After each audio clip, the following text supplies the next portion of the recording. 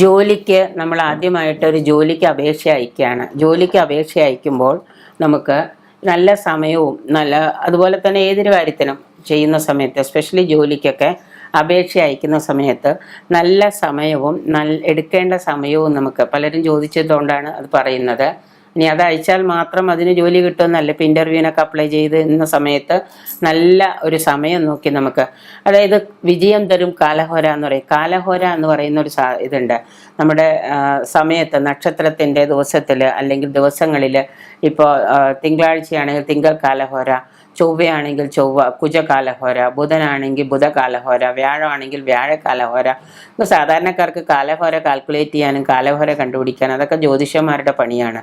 പക്ഷേ നമുക്ക് ഈ കാലഹോര എന്ന് പറഞ്ഞാൽ ശരിക്കും പറഞ്ഞാൽ 2.5 നാഴിക സമയമാണ്. ഒരു ദിവസത്തിലെ 2.5 നാഴിക സമയം.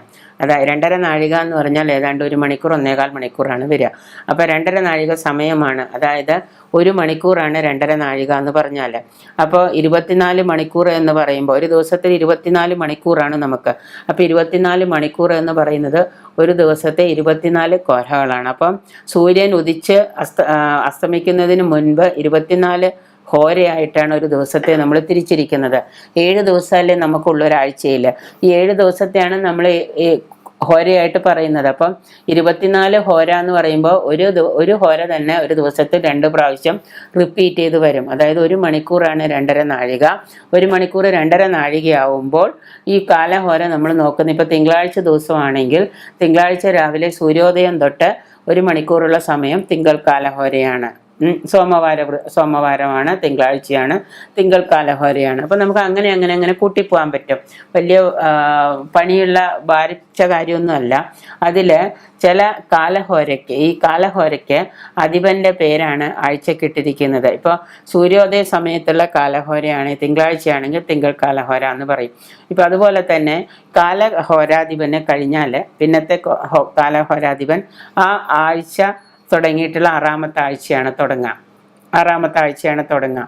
ഇപ്പം ഇങ്ങനെ പോകുമ്പോൾ നമുക്കിപ്പോൾ പറഞ്ഞു വന്നത്, നമ്മൾ കർമ്മങ്ങൾ ചെയ്യുമ്പോൾ നല്ല ശുഭമുഹൂർത്തങ്ങൾ നോക്കുമ്പോൾ ആ ശുഭമുഹൂർത്തത്തിൽ ആരംഭിച്ചു കഴിഞ്ഞാൽ ചെയ്യുന്ന കാര്യങ്ങൾ കർമ്മവിഘ്നം കൂടാതെ നല്ല വിധത്തിൽ വിജയപ്രദമായിട്ട് ഭവിക്കും. നല്ല സമയമൊക്കെ നോക്കിയാണല്ലോ, രാഹുകാലമൊക്കെ നോക്കാറുണ്ടല്ലോ എല്ലാവരും. അതുപോലെ ഈ കാലഹോരയും നമ്മൾ നല്ല സമയം നോക്കിയിട്ട് പ്രയത്നിക്കുമ്പോൾ പൂർത്തീകരിക്കാൻ നമുക്ക് സാധിക്കും.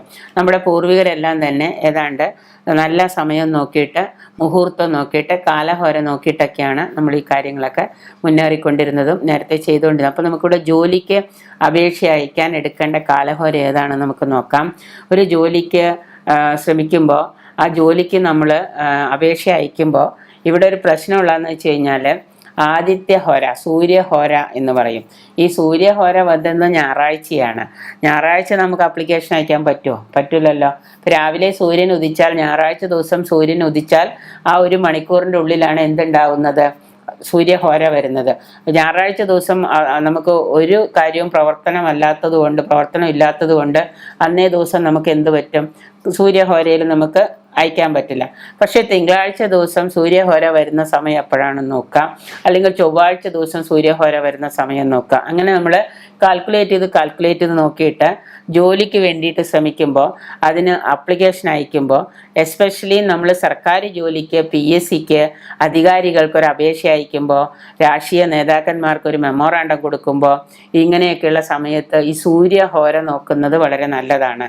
പ്രധാനമായിട്ട് സർക്കാർ ജോലിക്ക് എന്നല്ല, ഏത് ജോലിക്കും കൂടുതലായിട്ട് സർക്കാർ ജോലിക്ക് ഒരു ഇമ്പോർട്ടൻസ് കൊടുക്കണം സൂര്യഹോരയിൽ നമ്മൾ അപേക്ഷ അയക്കാൻ. അപ്പോൾ ഞായറാഴ്ച ദിവസം രാവിലെ സൂര്യൻ ഉദിച്ച് 6:30 തൊട്ട് 7:30 മണി വരെ പോസ്റ്റ് ഓഫീസ് ഉണ്ടാവില്ല. ഒരു കാര്യവും നമുക്ക് ചെയ്യാൻ പറ്റില്ല. അപ്പോൾ പിറ്റേ ദിവസം തിങ്കളാഴ്ച ദിവസം നമ്മൾ സൂര്യഹോര ഏത് സമയത്താണോ വരുന്നത് ആ സമയം നോക്കിയിട്ട്, അപ്പം നിങ്ങൾ തൊട്ടടുത്ത ജ്യോതിഷന്മാരുണ്ടെങ്കിൽ അവരെ വിളിച്ച് നിർത്തിയിട്ട് അവരുടെ അടുത്ത് പോയിട്ട് ഇന്നത്തെ തിങ്കളാഴ്ചയോ ചൊവ്വാഴ്ചയോ ബുധനാഴ്ചയോ നിങ്ങൾ അപേക്ഷ അയക്കുന്ന ദിവസം ഏതാണെന്ന് നോക്കിയിട്ട് അന്ന് കാലഹോര എപ്പോഴാണ് ഈ സൂര്യഹോര വരുന്നതെന്ന് നോക്കുക. ഇപ്പോൾ ജോലിക്ക് അപേക്ഷ അയക്കാനാണ് എന്ന് പറഞ്ഞിട്ട് സൂര്യഹോര കാൽക്കുലേറ്റ് ചെയ്ത് തരും. ഇപ്പം നിങ്ങൾക്ക് ബുധനാഴ്ചയാണ് നിങ്ങൾക്ക് അപേക്ഷ അയക്കാൻ പറ്റുന്നുള്ളൂ എന്ന് വിചാരിക്കുക. ബുധനാഴ്ച സൂര്യഹോര എപ്പോഴാണ് വരുന്നതെന്ന് നോക്കുക. എന്നിട്ട് ആ സൂര്യഹോര വരുന്ന ആ പർട്ടിക്കുലർ ടൈമിൽ, ആ 1 മണിക്കൂർ 2.5 നാഴിക സമയത്ത് നമ്മൾ എന്ത് ചെയ്യണം? ഇപ്പം ഇത് പറഞ്ഞാൽ ഇങ്ങനെ നീണ്ടു പോകും. അതുകൊണ്ടാണ് അപ്പോൾ ആ സമയത്ത് നമ്മൾ എന്ത് ചെയ്യണം, അപേക്ഷ അയക്കാനായിട്ടൊക്കെ റെഡിയാക്കി വെച്ച് ആ സമയത്ത് നമ്മൾ അപേക്ഷ അയക്കുക. എന്നിട്ട് ബാക്കി അതിൻ്റെ പഠനങ്ങളും കാര്യങ്ങളും അതിൻ്റെ കർമ്മങ്ങളൊക്കെ നിങ്ങൾ ചെയ്യുക.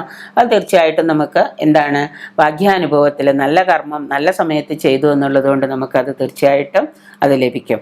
അപ്പോൾ ഈ നമ്മുടെ ആധാരങ്ങളൊക്കെ രജിസ്റ്റർ ചെയ്യുക, പ്രമാണങ്ങളൊക്കെ വിൽപത്രങ്ങൾ എഴുതുക, ഇങ്ങനെയുള്ള കാര്യങ്ങൾ, വീട് വാടകയ്ക്ക് കൊടുക്കുക, ഇങ്ങനെയുള്ള കാര്യങ്ങളൊക്കെ നമുക്ക് ഇപ്പോൾ വീട് വാടകയ്ക്ക് കൊടുക്കലൊക്കെ പോസിബിളാണ്. സൂര്യഹോര രാവിലെ ആണെങ്കിൽ അവരോട് പറയാണ് ഞായറാഴ്ച രാവിലെ നിങ്ങൾ ഒരു 7 മണിക്ക് വന്നോളൂ എന്ന് പറഞ്ഞാൽ 6:30 തൊട്ട് സൂര്യൻ ഉദയം 6:15 ആണെങ്കിൽ 6:15 to 7:15 അതേ സമയത്ത് ഒപ്പിടാൻ, വാടക എഗ്രിമെൻ്റ് ഒപ്പിടാൻ നിങ്ങൾ വന്നോളൂ. അപ്പോൾ എടുക്കുന്ന ആൾക്കും കൊടുക്കുന്ന ആൾക്കും ഒരുപോലെ ആ സൂര്യഹോര അതിന് ഗുണം ചെയ്യും. അപ്പോൾ ഈ രീതിയിൽ സൂര്യഹോര എന്ന് പറയുന്ന ആ ഒരു സമയം ഒരു ദിവസത്തിൽ എന്നാണോ വരുന്നത് എന്ന് നോക്കിയിട്ട് അതേ സമയത്ത് നിങ്ങൾ ആ 1 മണിക്കൂറിൻ്റെ ഉള്ളിൽ ആ സൂര്യഹോരയുടെ ഉള്ളിൽ നിങ്ങൾ അപേക്ഷകൾ അയക്കാൻ നോക്കുക. തീർച്ചയായിട്ടും നമുക്ക് ജോലി കിട്ടാനുള്ള എല്ലാ ഭാഗ്യവും ആ സമയത്തുണ്ടാവും. സൂര്യനുമായിട്ട് ബന്ധപ്പെട്ട കാര്യങ്ങൾക്കെല്ലാം വളരെ അനുകൂലമായ സമയമാണ് സൂര്യഹോര.